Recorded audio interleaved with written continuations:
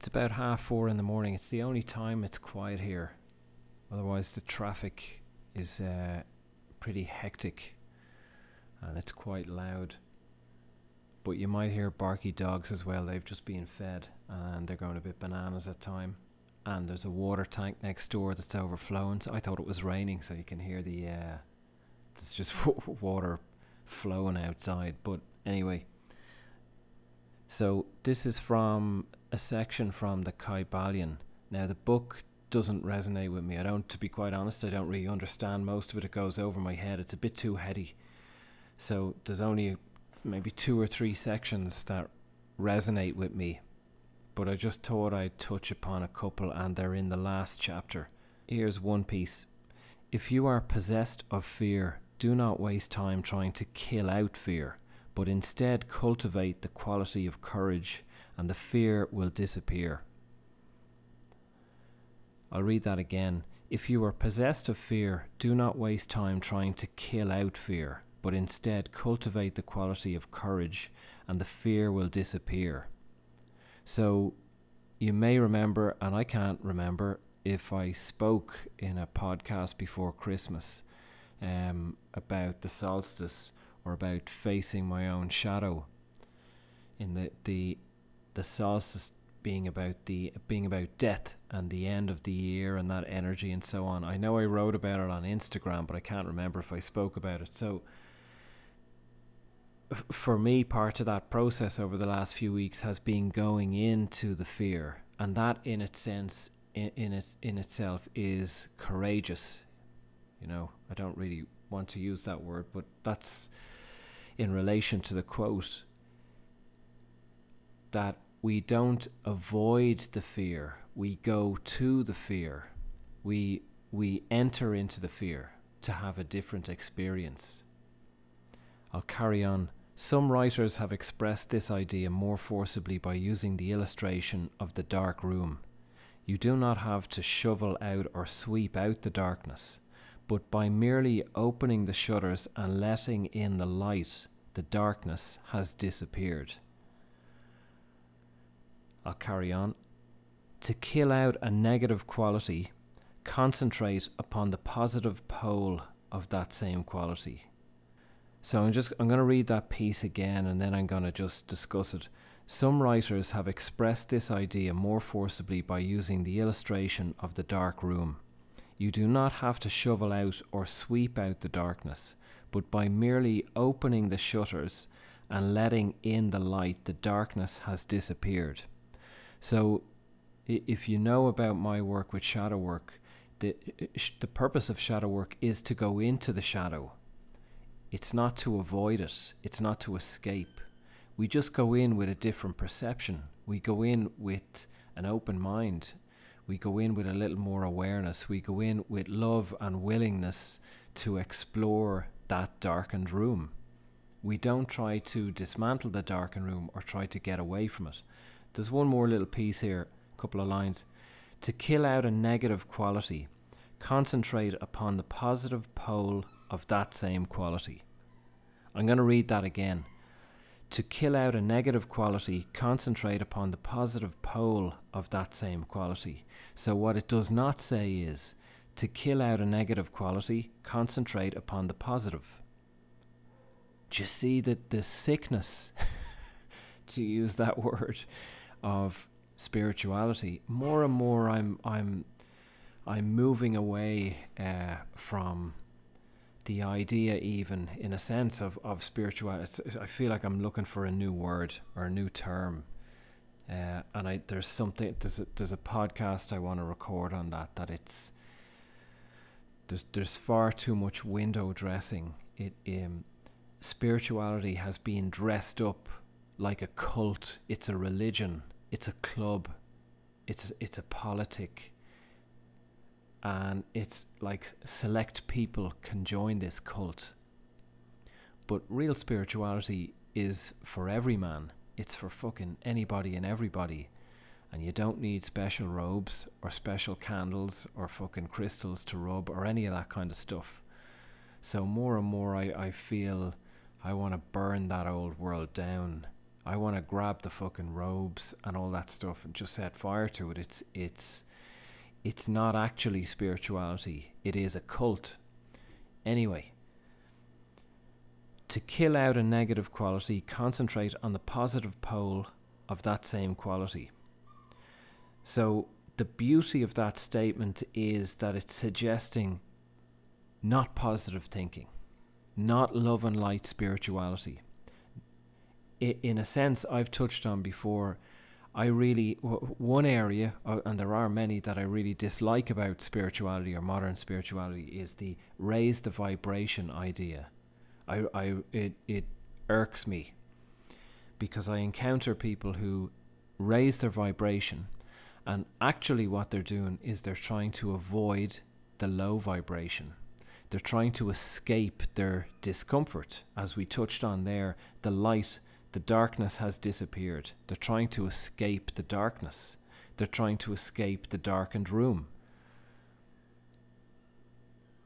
Now, in reality, I do raise my vibration. I don't really like to admit it, to be honest, but I don't raise my vibration intentionally. I don't use that phrase, and I don't raise my vibration by escaping the darkened room, and I don't raise my vibration by, to quote the book, concentrating upon the positive. I do raise my vibration by concentrating upon the positive pole of that same negative quality. So if we have a negative in our life, a relationship or a lack of money or whatever the thing may be, to find the gift within that dynamic. There is a purpose. If you're in an unhealthy relationship or a violent relationship or whatever it may be, now we have plenty of options that you can look at, with the potential forced vaccines, and lockdowns are getting harder and harder in some countries. Thankfully not here. There's almost no restrictions here. If you wear a mask in a supermarket, that's it. Other than that, I wouldn't wear a mask at all. And I'm not restricted in any way. But if you find to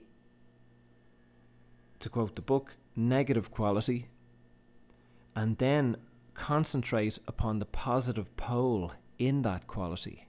So within any of these negatives in your life, anything you're unhappy about, pointing the finger, blaming someone else, blaming the world, the government, the whoever, your wife, your husband, whatever it may be, if you can find the positive aspect in that and concentrate on that, there is a purpose for all of these things. There is a lesson. None of it's random. It's not accident. It's not by chance. If you can concentrate on that and it's not an instant step either.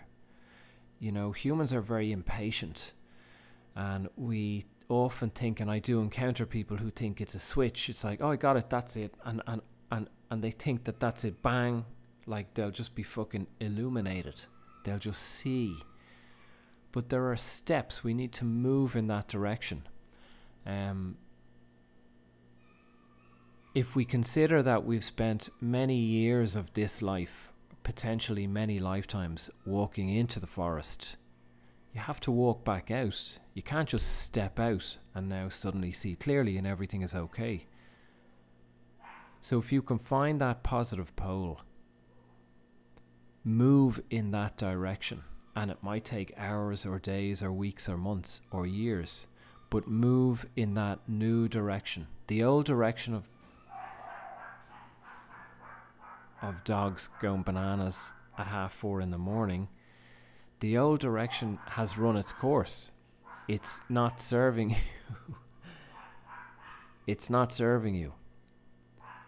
But you're addicted to it.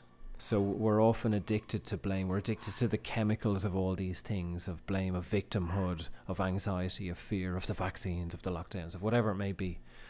But if you can step away from that and continue, like you are in a sense withdrawing from heroin. It is that addictive. It's a dependent cycle in the mind, and it's a dependent chemical addiction. The release of the chemicals of blame and anger, the addiction to pleasure, to escape. So if you can move in the uncomfortable direction of finding the positive in your difficult situation, difficult area of your life, and bring in that calm and potential for acceptance, or potential for a new awareness, potential for love, to see that this is actually purposeful. I know it is an old cliche that, you know, everything is unfolding for your higher purpose.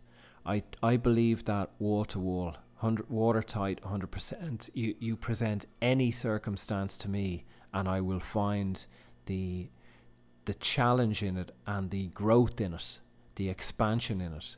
The danger for me is that if there's one tiny area that I don't take responsibility for, and that I see it as being them out there or against me, that will expand and expand and expand. Now, little disclaimer, I'm not always in that space, and certainly at time of recording and over the last few days, I've certainly been tested, and there's situations that I could have handled an awful lot better. The emotions can get the best of us.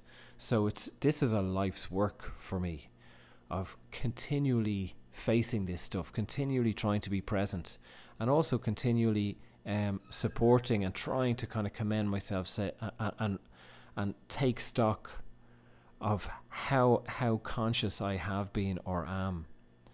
That it's okay to be asleep, it's okay to fuck up, but to have the awareness to see that, okay, what could I have done differently, and what can I do differently the next time? So with those negative qualities, we are going to fuck up at times, but we're moving in that direction of trying to find the positive pole and trying to nurture and expand that. And with any of my work, I'd suggest to people to test it. Find something in your life. Maybe don't find something that's totally overwhelming. Find something you dislike or that's challenging, and find the positive in that, the potential for growth in that, how it can be forcing you to be a better person, a more conscious person, a stronger person, whatever it may be, to assert yourself, express yourself, whatever it may be, and mind that, and then see what happens. Test it.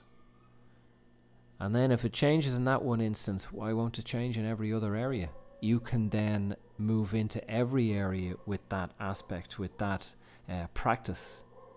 I'm going to read that section again, and then I'm going to call it a night or a day. If you are possessed of fear, do not waste time trying to kill out fear, but instead cultivate quality of courage, and the fear will disappear. Any areas of your life that I'll speak about this on another stage, but any areas that you feel you're becoming enclosed, you know, you're afraid of walking down that street, you're afraid of these people, you're afraid of whatever it may be, the actual solution is to go to those places and those people and those circumstances. I'll carry on.